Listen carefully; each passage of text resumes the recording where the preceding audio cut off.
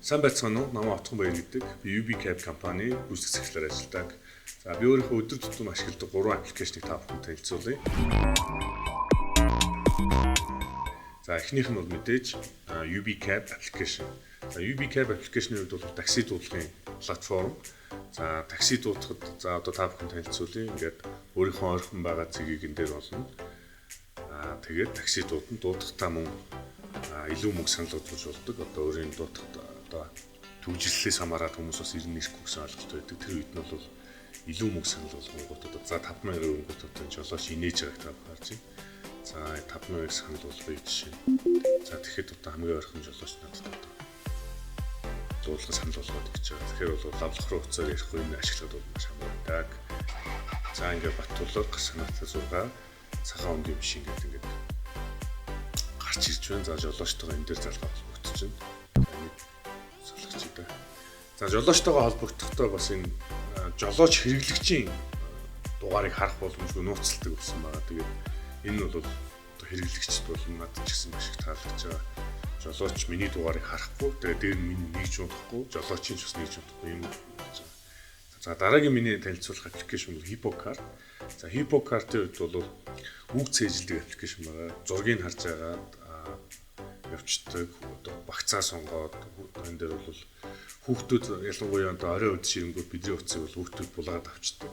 Тэгэхээр хүүхдүүд яг тэнд утсанд одоо зарцуулж байгаа цагийг бол бид яаж одоо хорсон чинь хорихгүй чинь гэдэг шиг хүүхдүүд бол ялчгүй нэг л авч байгаа. Яг тэр үед нь бол яг энийг заагаад өчгөр их зугаатаагаар одоо шинэ ингээд амьтдын нэрийг хэлээ сурч чинь өвөө эмээгээ ихчийгээ дүүгээ одоо англи хэлээр хэлээ сурч чинь. За энийг бол бас би өөрөө ч гэсэн ингээд бид одоо хэдий одоо ингээд ажлын гараан дээр байгаа ч гэсэн байнга өөрийгөө сайжруулж явах хэрэгтэй. Тэгээд хэлний одоо янз янзын дуудлагууд одоо янз бүрийн уулзалтан дээр явж байхад бас зөв дуудахгүй янз бүрийн англи хэллэгүүд хэлэхэд бас ойлгохгүй байхад бас эвгүй л доодог шүү.